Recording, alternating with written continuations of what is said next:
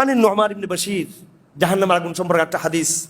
ক্বাল রাসূলুল্লাহ সাল্লাল্লাহু আলাইহি ওয়াসাল্লাম ইন্না আহওয়ানা আহলিন নার আযাবান মান লাহু না'লান ওয়া শিরাকান মিন নারিন ইউগলা মিনহুমা দিমাগুহু কামা ইউগলা আল মারজালু মা ইউরা আন্না আহাদান আশাদ্দা মিনহু আযাবান ওয়া ইন্নাহু লাহওয়ানু আযাবান। জাহান্নামের সবচেয়ে সহজ আযাব হবে আগুনের স্যান্ডেল পরাই দেওয়া হবে। আগুনের কি স্যান্ডেল? আগুনের জোতা স্যান্ডেল।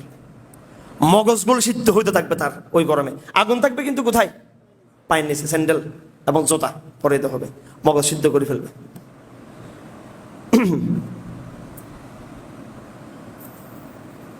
সে দেখবে, সে মনে করবে সবচেয়ে বেশি জাহান্নামে কঠিন আযাব আছে, কিন্তু জাহান্নামে সবচেয়ে সহজ আযাব হচ্ছে সেটা তার জন্য।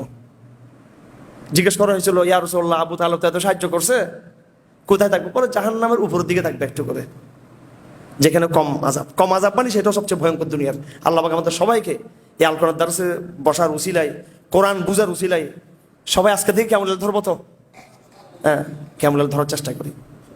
আল্লাহ পাক আমাদের জাহান্নাম আযাব থেকে রক্ষা করুন। এটা বুখারী শরীফের হাদিস এবং কি মুসলিম শরীফের হাদিস। হাদিস শরীফে আছে হাজার হাজার বছর জাহান্নাম চলতেছিল, হাজার বছর, হাত্তা মাররাত, লাল হয়ে গেছে। এরপর হাজার বছর জ্বলছে, হাত্তা বিয়াজ্জাত, সাদা হয়ে গেছে। এরপর হাজার বছর জ্বলছে,